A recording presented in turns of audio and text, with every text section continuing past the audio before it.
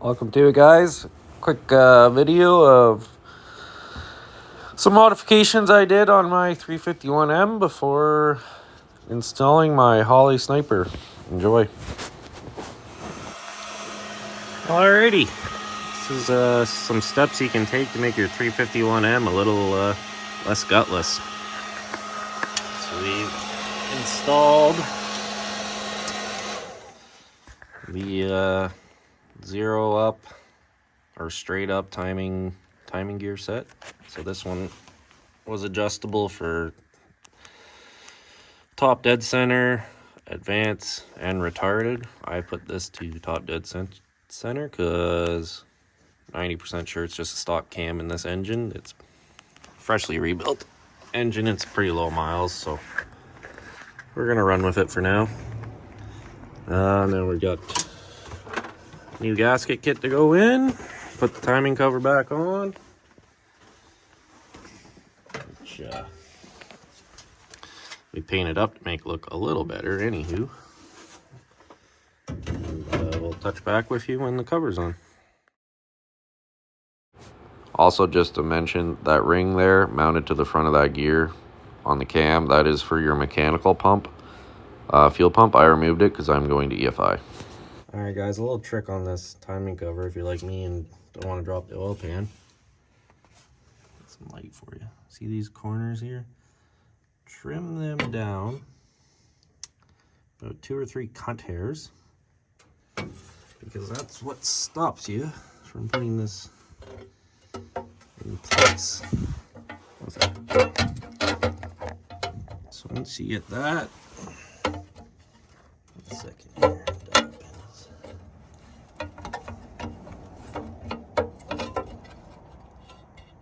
Kind of test fit it.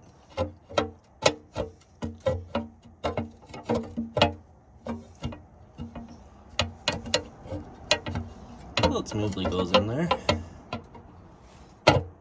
like that, and then I'll show you the next step. All right, so don't trim the gaskets though. What you're gonna want to do is just put a little excessive on there, and then same down on the block. Just goober it up. Now when I do it, I only put silicone on this outside edge, because when you're putting the gasket in, you're gonna push it in. So just saves a little excess going down into the pan, that's all. All right, let's put her on. Alrighty, cover's on. Got my heat source off here. So ended up having to loosen about 6 bolts back on this side, 6 bolts back on that side. Carefully tap a screwdriver in and a little pry bar without damaging the cork gasket. Make sure I didn't shove it in. Wedged it in there, snugged it up. It was still popping out a bit at the bottom, so I went under, popped this on quickly, and put a pry bar in a socket and just caressed it in there till it was seated nicely with the oil pan. And then snugged up all my bolts. I'm not putting the water pump on yet because I'm waiting for a high flow water pump to come in. So this is about as far as we're going to go on the front of the engine today. And then we're going to jump to the intake probably. I'm just leaving my spark plug wires like that because I'm being lazy. And when I put the new distributor in, I'm just going to switch them one at a time. Not really in my way. Alrighty. I'll touch base back to you when we're at the next step. Alrighty guys, we got the intake all prepped. You just want to put a tad on all your intake holes. Make sure you don't get any vacuum leaks. Little spacers there. If you don't use those, you can use a half-inch piece of silicone all the way along. I like them, some people don't. But I've had it work, and I've had them not work, and I've had silicone not work and work, so either way. And then we chose to use Velcro's pan gasket. This prevents the hot oil from splashing the bottom of your intake and, you know, raising your intake air temps a little bit. And then we'll put a I also plugged off my exhaust ports, front and back. The middle ones I plugged off on the intake because I am switching this truck to EFI. And that's one thing you want to make sure you get done so that your atomization of the fuel flowing through the intake is as good as possible. Because you got to remember, these engines are designed to be carbureted and not EFI, so it's not as simple as just slapping the throttle body on top. And alrighty, next step, smear a little bit of silicone right around here. No vacuum leaks. What I did is I just tapped along with a dead blow ever so lightly just to kind of form it, line it up. I gasket matched my intake to the gasket and the heads, so should flow pretty good. Line it up best you can anyway. It's pretty good right there. There's a bit of a pop there, but that should come down when the intake's sitting on there. So here we go. Little rubber guys didn't shit out, front nor back. No oil leaks. Good to go. Alright, this is what I was talking about when I said gasket match. I ported out the runners, smoothed them out a bit. Something you guys can do at home, easy enough. Probably took me, 2-3 hours.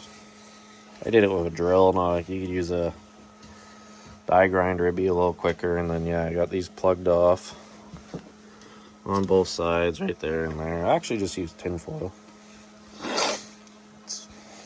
It's good for high temps, so why not? And here's this other side. It's just a Elderbrock Performer intake. I cleaned it up a bit, so they were slapped on.